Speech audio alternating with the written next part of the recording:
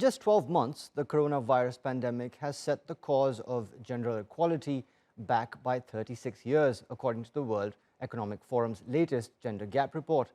With higher rates of job losses and growing double burdens of work and household responsibilities, 2020 has rolled back years of advancements. The WEF says it'll be an estimated 136 years before men and women have equal opportunities, as COVID-19 has hit women harder economically and politically.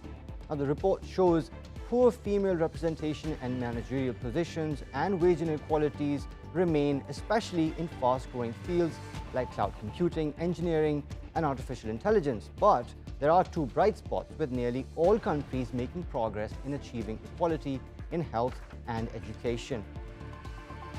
Now let's get more on this from Veselina Ratcheva in Geneva. She's the insight lead at the World Economic Forum Center for New Economy and Society. Welcome to the program. Now, the report highlights that 55 out of 153 countries have either regressed or stalled in their efforts to close the gender gap. Why are so many countries falling behind? We've actually seen this trend for a number of years. It seems to be that we have reached a point where many of the gains that could be made in gender parity quite easily with the current mechanisms have been made. And a lot of the economies that are leading the pack have consistently pushed these boundaries. However, now we need renewed efforts, especially where gender gaps have stagnated and have become ingrained.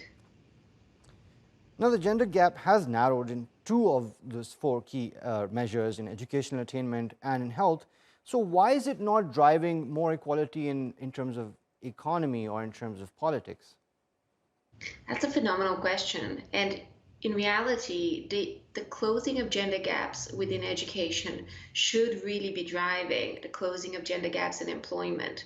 But the reason that's not happening in many ways is because hiring is stuck, because the way that women are promoted and progressed is stuck, because labor force participation is stagnated by the dual shift that many women are doing both at home and in the labor market. And in the context of COVID, this is only getting worse, with a lot of care infrastructure being disrupted by the pandemic. Now, in the recommendations in that report, it says that countries should promote gender-sensitive recovery strategies. Explain to us, what does that mean?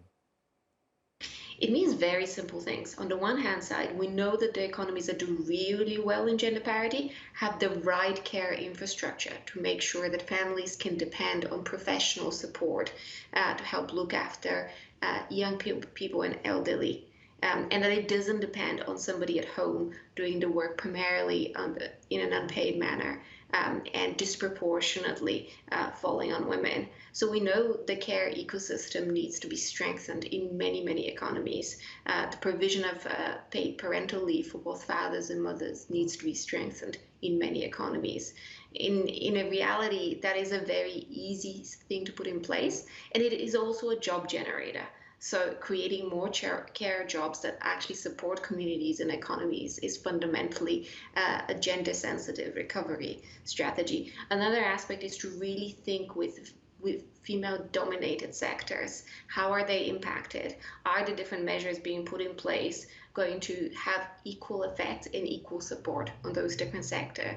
And actually the third aspect there is understanding the level of damage that has been done to women's labor force participation and men's labor force participation. When we looked at the data, it was very clear that this has been very unequal across industries and across countries. So we really need to look at the numbers and understand, are there gender gaps that have reopened, and put in place redressive action. Now, when we talk about looking ahead, there's a segment in this report about jobs of the future. And looking at that, it seems that all the high-paying jobs like artificial intelligence specialist, data engineer, women are expected to be less than 25% of those. And the areas where there's supposed to be more women are really the low-end content generation type of jobs. Is technology really putting women at more of a disadvantage? In a way, it shouldn't have to, but it is right now. We have had many years of efforts to get more women into STEM education and then to lead that into STEM careers. What we now know is that some of this can be effective, but it's not in its own accord. We need to also embed very strong diversity, equity, and inclusion strategies within organizations, especially those that currently have very low representation of women.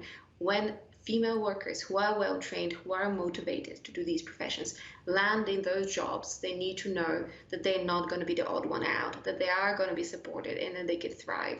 And this is going to have a transformational effect on these talent pipelines. Thank you so much for your insights, Veselina Ratcheva there from Geneva, from the World Economic Forum.